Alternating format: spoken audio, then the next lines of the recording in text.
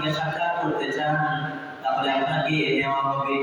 পক্ষান্তরে যদি দুনিয়ার জমিনে থাকতে চান ইয়া রাসূলুল্লাহ ইয়া হাবিবাল্লাহ আপনাকে হায়াতকে দীর্ঘায়িত করে দেওয়া হবে। কেন নবীজি নিশ্চুপ হয়ে বসলেন? নবীজি কোনো কথা বললেন না। নবীজি বললেন ইয়াতিয়ানিল জিবরাইল, এই আজরাইল, আমি ততক্ষণ পর্যন্ত বলতে পারবো না যতক্ষণ পর্যন্ত আমার ফেরেশতা জিবরাইল, আমার বন্ধু জিবরাইল আমার সম্মুখে উপস্থিত না হবে, ততক্ষণ পর্যন্ত আমি তোমাকে আমার ঘরের মধ্যে পারমিশন দেব না আমার মৃত্যুবরণ করার জন্য। মুসলমান বন্ধুরা, জান কবরের জন্য আজরাইল পারমিশন দিচ্ছে একমাত্র নবীর বেলায়, আমার নবী রহমাতুল লিল আলামিনের বেলায়, কিন্তু আমার আপনার জন্য আজরাইল পারমিশন দিবে না। যখন তার মৃত্যু লেখা আছে তখন ঠিক সময়ে ঠিক তেমনই ভাবে আমার আপনার মৃত্যু হবে, কোনো সময়ের প্রয়োজন হবে না।